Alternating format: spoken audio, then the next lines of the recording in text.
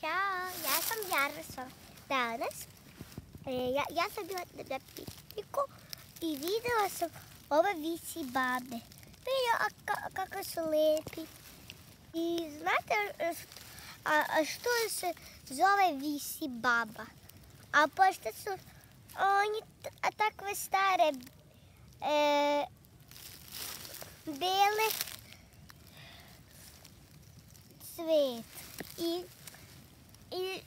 da znate, nemojte da vi bacite smeće u šumi, a pošto raste visi babe. Evo, gledajte kako su ljudi uradili. A nisu ni mislili da će biti visi babe.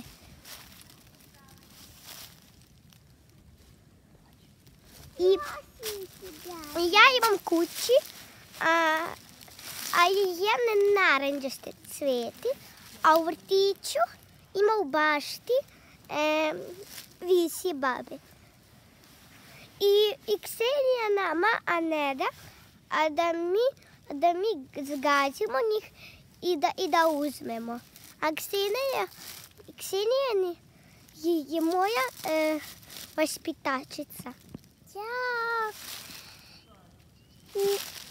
Mi smo u pikniku i bio sam u pikniku Jeka, tata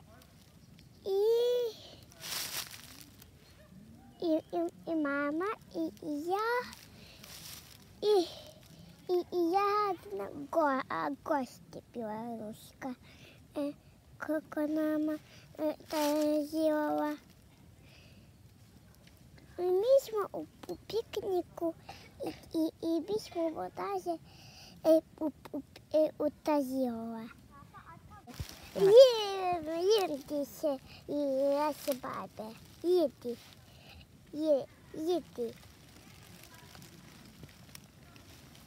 Jako puno ješe babe. Jako puno. Jedi babe. I šta ću je reći, čao, lakujte.